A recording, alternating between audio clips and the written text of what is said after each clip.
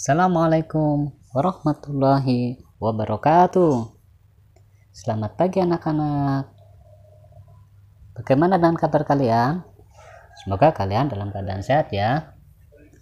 Kita akan melanjutkan tema yang ketiga, yaitu tokoh dan penemuan.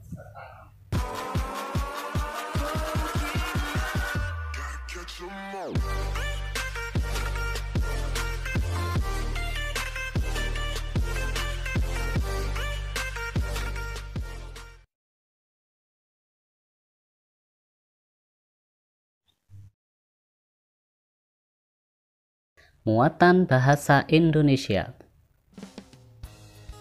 Kompetensi dasar: menggali isi teks penjelasan atau eksplanasi ilmiah yang didengar dan dibaca.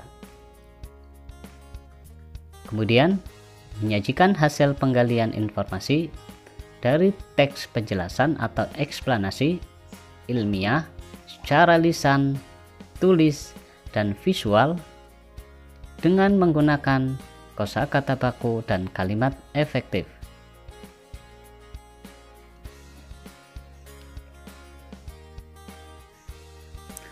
Tahukah kamu siapa penemu bola lampu pijar? Bagaimana ia menemukannya? Sikap apa yang harus kita contoh darinya?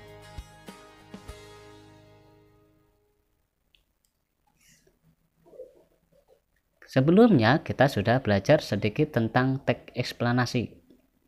Mari kita lanjutkan ciri-ciri teks eksplanasi. 1. Teks eksplanasi untuk menjawab pertanyaan bagaimana. Kata tanya bagaimana membutuhkan jawaban berupa proses sesuatu yang terjadi. Teks eksplanasi ditulis untuk menjelaskan suatu fenomena atau peristiwa. Oleh karena itu, teks eksplanasi ditulis oleh orang yang menguasai bidangnya. Di sini dalam menulis teks eksplanasi dibuat oleh seorang ilmuwan yang melakukan suatu percobaan. Namun, bisa jadi yang membuat teks eksplanasi itu adalah di luar orang yang melakukan penemuan. Kita juga dapat membuat sebuah teks eksplanasi. Kemudian, ciri-ciri teks eksplanasi yang berikutnya.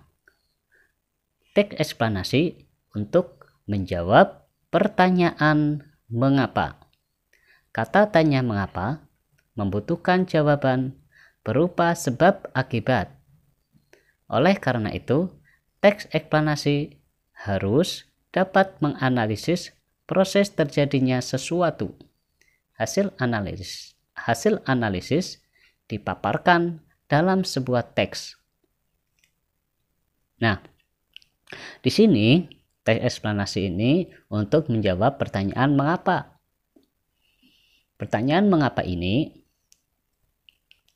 nanti hasilnya itu berupa sebab akibat. Dan teks eksplanasi ini kemudian harus dapat menganalisis proses terjadinya sesuatu. Jadi menceritakan urutan suatu peristiwa. Nah, dari analisis tersebut kemudian kita paparkan dalam sebuah teks, atau bahasa mudahnya dari urutan peristiwa tersebut dibuat dalam sebuah kalimat. Tentu kalimat ini ada beberapa kalimat karena untuk menjelaskan dalam proses penjelasan pasti ada beberapa kalimat agar penjelasan ini bisa diterima oleh masyarakat umum. Kemudian ciri teks eksplanasi yang selanjutnya. Teks eksplanasi ditulis berdasarkan penelitian ilmiah. Apakah siswa itu dapat melakukan penelitian ilmiah? Tentu siswa dapat melakukan penelitian ilmiah, tetapi di sini adalah penelitian sederhana, di mana penelitian ini yang sesuai dengan kegiatan pembelajaran. Penelitian dapat ditulis oleh penulis maupun orang lain. Jika penelitian ditulis oleh orang lain, penulis cukup mengutip hasil penelitian tersebut. Penulis menjadikan hasil penelitian untuk sumber referensi. Untuk menghargai jasa peneliti, penulis dapat mencantumkan nama peneliti sebagai orang yang mengemukakan pendapat yang dikutip.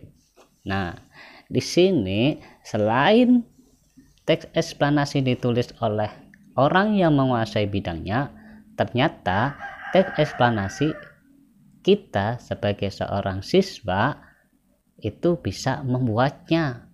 Dari mana? Dari hasil penelitian orang lain. Nah, dari hasil penelitian itu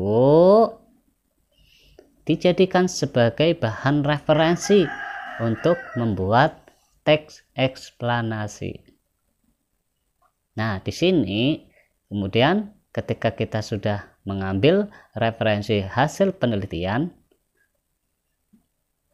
dipaparkan dalam sebuah kalimat, kita juga bisa menambahkan tentang nama peneliti atau biografinya, cerita singkat tentang kehidupan si peneliti tersebut, sebagai wujud untuk menghargai jasa peneliti. Nah, dari ciri-ciri teks eksplanasi berikut, mari kita pahami lebih lanjut lagi tentang teks eksplanasi.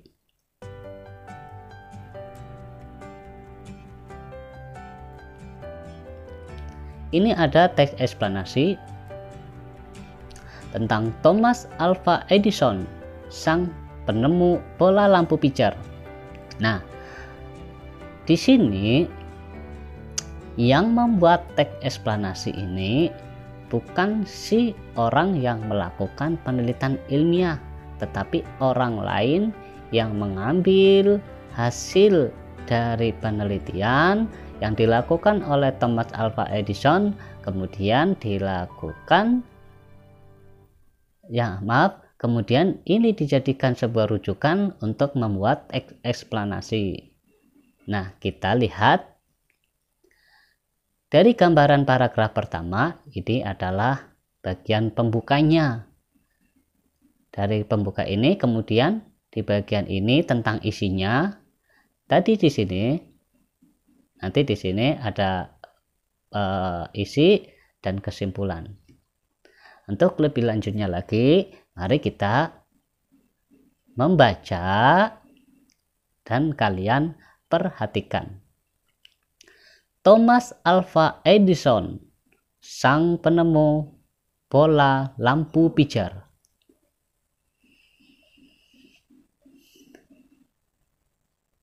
Pernahkah terbayang olehmu hidup tanpa penerangan?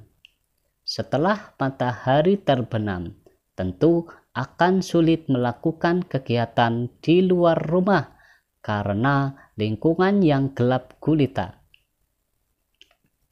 Kegiatan di dalam rumah mungkin juga terbatas. Kita patut mensyukuri salah satu penemuan besar yang mengubah dunia. Penemuan bola lampu pijar oleh Thomas Alva Edison. Thomas Alva Edison lahir di Milan, Ohio pada tanggal 11 Februari 1847. Ia tidak pernah menyelesaikan pendidikan resmi di sekolah. Ia hanya sempat bersekolah selama 3 bulan. Edison diajar oleh ibunya di rumah. Walaupun tidak mengikuti pendidikan formal, terlihat bahwa Edison memiliki rasa ingin tahu yang sangat tinggi. Di usia 11 tahun, Edison sudah dapat membuat telegraf sederhana. Di usia 12 tahun, ia memanfaatkan waktu luangnya untuk membaca literatur dan melakukan berbagai percobaan. Pada tahun 1861, ia dapat mencetak koran. Koran terbitannya Weekly Herald laris terjual. Ia melihat dunia butuh penerangan. Ia menghabiskan waktu selama 2 tahun serta dana yang cukup besar untuk mengembangkan penemuan. Melalui kerja kerasnya, pada tanggal 21 Oktober 1879, lahir lampu pijar listrik pertama yang dapat menyala selama 40 jam. Kegigihan Thomas Alva Edison memberikan hal baru bagi dunia. Rasa ingin tahunya yang tinggi dan sikap pantang menyerahnya mampu mengubah dunia menjadi lebih baik. Nah, anak-anak, teks eksplanasi ini dibuat oleh orang lain di luar si peneliti tersebut. Yang membuat lampu pijar adalah Thomas Alva Edison, tetapi yang membuat teks eksplanasi di sini bukan dari Thomas Alva Edison. Di paragraf pertama, kalau kita lihat, ini adalah bagian pembukanya. Setelah itu, tadi di ciri-ciri teks eksplanasi, kita dapat memberikan menulis gambaran tentang si peneliti tersebut. Nah, di sini tentang biografi singkat Thomas Alva Edison di paragraf yang kedua. Kemudian di paragraf yang ketiga tentang proses bagaimana Thomas Alva Edison dapat menemukan bola lampu pijar. Nah, terus di paragraf yang keempat, ini adalah kesimpulan yang dibuat oleh si penulis. Ini bukan kesimpulannya dari Thomas Alva Edison ya, namun di sini adalah kesimpulan yang dibuat oleh si penulis itu sendiri. Nah, dari sini kalian dapatkah kalian membuat sebuah teks eksplanasi yang urutannya hampir seperti ini? Bagaimana anak-anak, kira-kira bisa tidak membuat sebuah teks eksplanasi yang sekiranya bentuknya seperti ini? Nah, kita lanjutkan ya. Ini adalah tugas harian untuk kalian. Oh, sebelum itu, mari kita mengidentifikasi teks eksplanasi. Di paragraf pertama tadi, apa yang dibahas pada teks di atas, yaitu tentang penemuan bohlam lampu pijar atau bohlam lampu. Sama saja. Terus kemudian di paragraf kedua, siapakah Thomas Alva Edison? Thomas Alva Edison, nah di sini dijelaskan. Thomas Alva Edison lahir di Milan, Ohio pada tanggal 11 Februari 1847. Ia tidak pernah menyelesaikan pendidikan resmi di sekolah. Ia sempat bersekolah selama 3 bulan. Edison diajar oleh ibunya di rumah.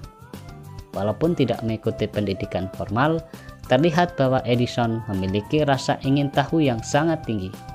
Di usia 11 tahun, Edison sudah dapat menemukan telegram sederhana. Nah, ini tentang biografi Thomas Alva Edison, di mana dia tidak melakukan pendidikan formal hanya 3 bulan saja. Tentu di sini ini menjadikan contoh buat kalian di era pandemi ini. Belajar itu tidak harus bertemu langsung dengan gurunya. Kalian belajar dari Thomas Alva Edison. Nah, di sini Thomas Alva Edison diajar oleh ibunya. Nah, di rumah di era pandemi ini kalian belajar dengan ibu, dengan mama, dengan tante. Pak guru hanya memberikan materi pembelajarannya. Jadi kalian harus tetap semangat seperti Thomas Alva Edison.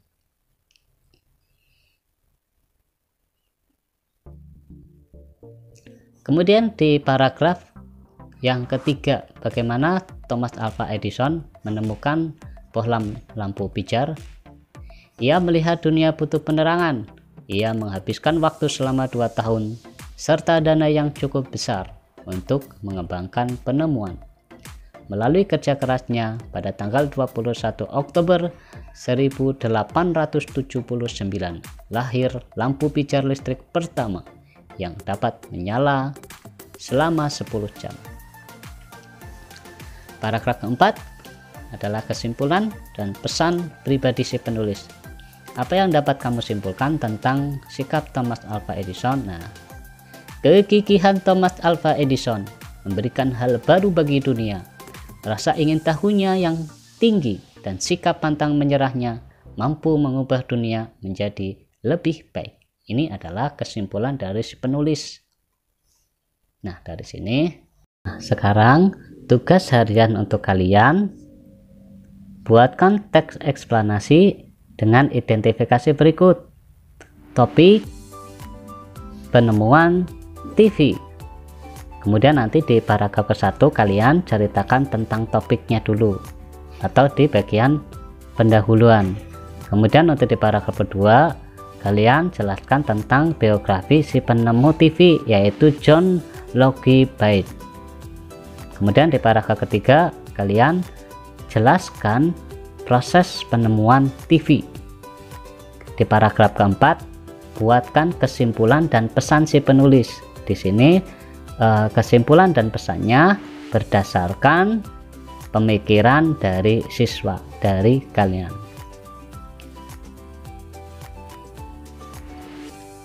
Kita lanjutkan materi yang berikutnya, muatan SPDP. Kompetensi dasarnya yaitu memahami interval nada, kemudian memainkan interval nada melalui lagu dan alat musik.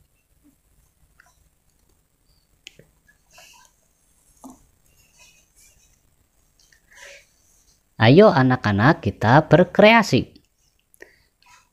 Di dalam kamar, Edo mempunyai radio yang menggunakan listrik. Edo sangat senang mendengarkan radio sambil beristirahat. Edo suka sekali mendengarkan musik daerah dari stasiun radio favoritnya. Salah satu lagu favoritnya adalah Mariam Tomong yang berasal dari Sumatera Utara.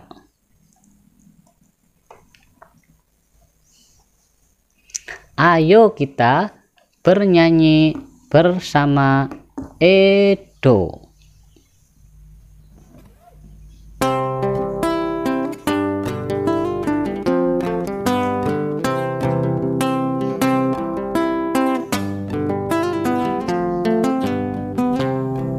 Selendang madi kinjang kain panjang madi toru pangeol ni gonting masong ondeng kemamangon lu. Mariam tomong dainang sinapang masin. Mariam tomong dainang sinapang masin.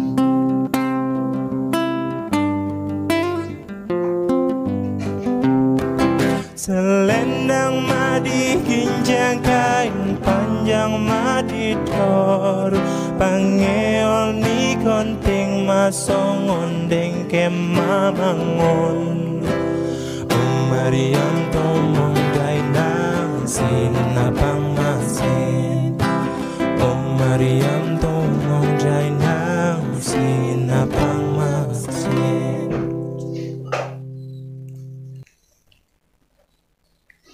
Nah, demikian lagu tentang Mariam Tomong. Nanti kalian bisa mempelajari atau bernyanyi tentang Mariam Tomong.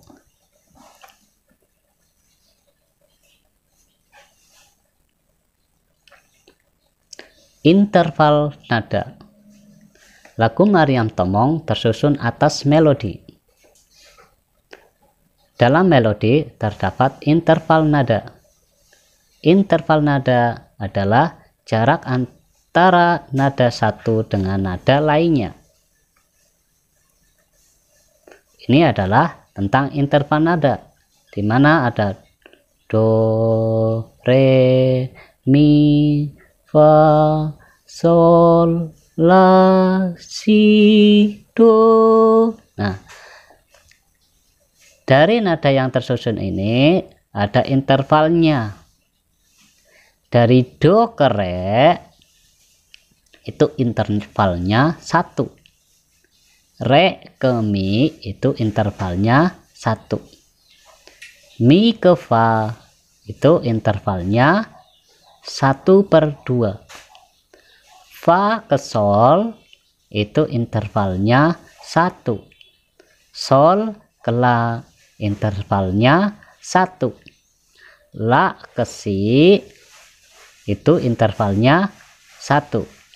Si ke do itu intervalnya 1/2. Nah, ini adalah beberapa tentang gambaran tentang interval nada. Kalau misal lagi, tadi kan kita sudah belajar itu, misal kita menentukan interval nada. Menentukan interval.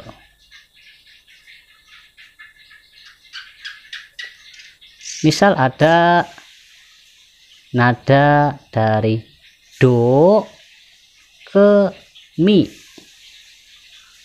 Nah, itu intervalnya berapa? Kita lihat ya, dari do sampai mi, dari do sampai ke mi. Dari do ke re 1, re ke mi 1. Berarti nanti di sini 1 ditambah 1. Itu berarti intervalnya adalah 2. Nah, sekarang contoh lain lagi. Misal ada re ke fa. Re ke fa. Kita lihat ya. Re ke fa itu lompat berapa ya? Kita lihat ya. Re ke mi 1. Mi ke fa 1/2. Nah, ini tinggal ditambahkan. 1 ditambah 1/2 sama dengan 1/2. Nah, itu cara menentukan interval nada. Misal lagi ada mi ke la, mi ke la, mi ke la. Kita lihat ya, dari mi ini, dari mi sampai la. Ada berapa? Mi ke fa itu 1/2. Fa ke sol itu 1.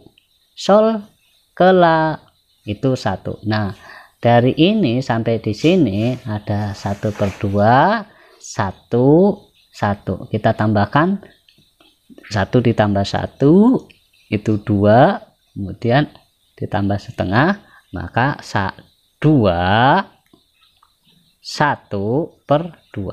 Nah, seperti itu gambaran cara menentukan interval nada, di mana interval nada adalah jarak antara nada satu dengan nada lainnya.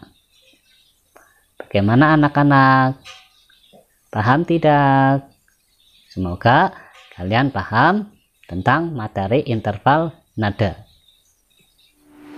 Tugas kalian adalah buatkan video menyanyikan lagu Mariam Tomong. Dalam menyanyikan dapat menggunakan iringan lagu maupun dengan alat musik atau tanpa alat musik.